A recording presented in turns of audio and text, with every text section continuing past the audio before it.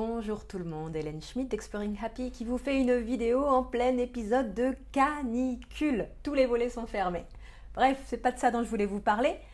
Je souhaitais vous proposer en fait une explication relative aux différentes strates de design humain en faisant un parallèle avec le dessin.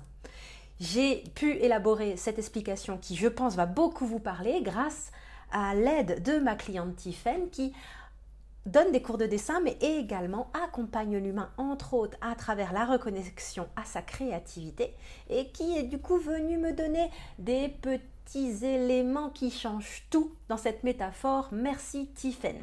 Sans plus attendre, c'est parti. L'objection que je rencontre le plus communément lorsque les gens découvrent le design humain ou dans les commentaires de mes vidéos sur YouTube, ça pourrait être que le design humain met les gens dans des cases. Il y a en particulier des objections à l'échelle du type. Laissez-moi vous donner un angle différent. Le type, c'est quelque chose de macro. Quand on fait un dessin, on peut associer cela au contour du visage. Vous n'allez pas être pleinement défini et limité au contour de votre visage. Par contre, si on dessine votre visage et que le contour est trop rond par rapport à un ovale ou vice-versa, ça va être très dur d'avoir un dessin qui vous ressemble. Ce sont des caractéristiques générales qui viennent créer les premières formes indispensables à ensuite aller dans un niveau de précision de plus en plus détaillé qui, au final, à travers la combinaison de tous ces détails, va faire que vous êtes vous. En effet, pris un par un, différents détails de votre visage peuvent être mis en parallèle avec les attributs du visage d'autres personnes. Par contre, cette combinaison unique des différents éléments de votre visage, ça va faire toute la différence. Et c'est pareil pour le design humain qui est la science de la différenciation. Ainsi, si on continue à tirer la ficelle du dessin, qu'est-ce qui se passe? On va se rendre compte que l'étape d'après, c'est les yeux, le nez, la bouche et, à condition de ne pas avoir les cheveux comme moi, les oreilles. Ce sont des éléments plus spécifiques. C'est des choses qu'on pourrait mettre en parallèle avec vos canaux et centres définis. En effet, ces attributs, leur forme et leur position surtout, vous définissent. Et en design humain, on parle de définition.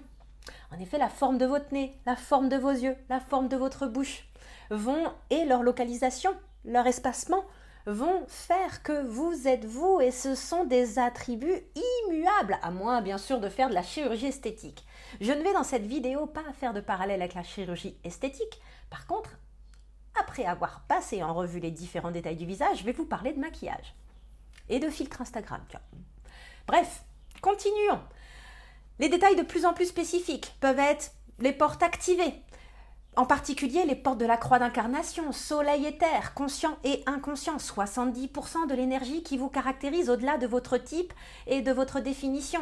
Là, on peut identifier par ailleurs la couleur des yeux, ce qui va donner vie à votre regard.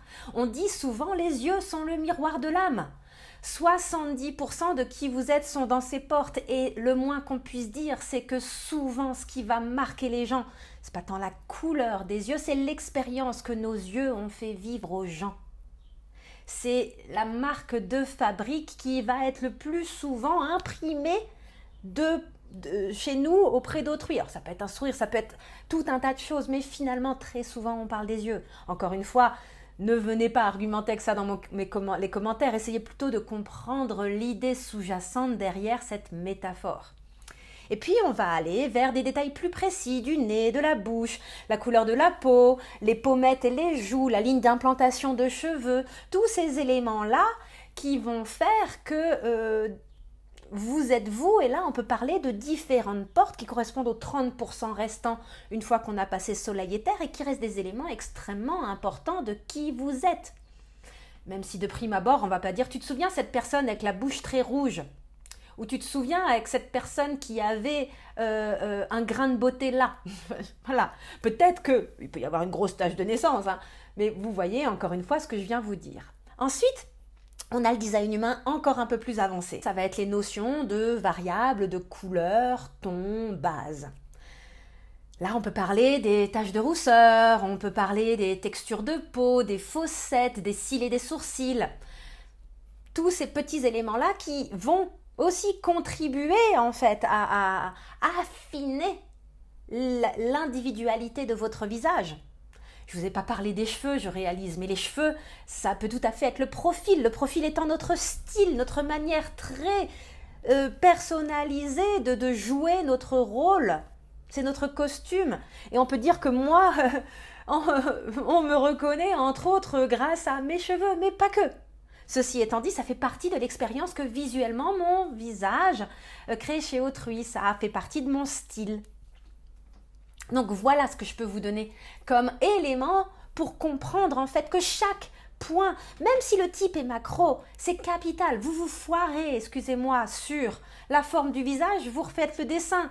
Vous vous foirez sur les yeux, le nez, la bouche, vous refaites le dessin. Surtout les yeux, puisqu'au-delà de leur forme et de leur localisation, ils vont en plus porter l'information équivalente à la croix d'incarnation.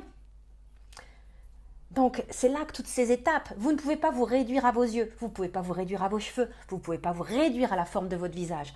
Mais tout ça, accumulé, ça change tout et ça vous rend parfaitement unique. Et c'est là que il est intéressant de regarder les filtres Instagram ou le maquillage très contouring, tout ça. Finalement, ces gens-là essayent de modifier qui ils sont en apparence. Au fond, ils restent eux.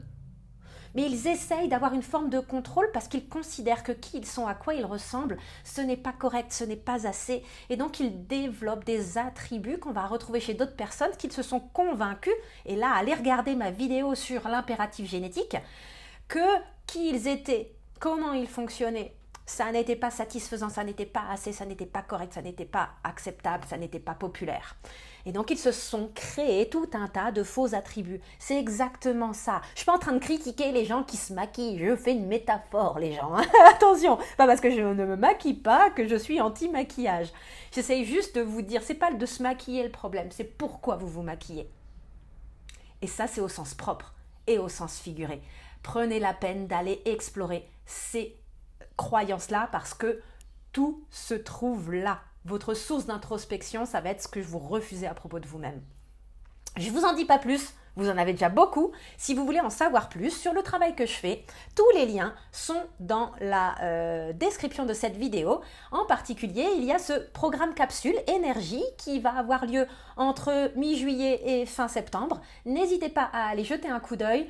C'est une super affaire et une belle aventure qu'on va partager ensemble pendant tout l'été jusqu'aux portes de l'automne. Au revoir!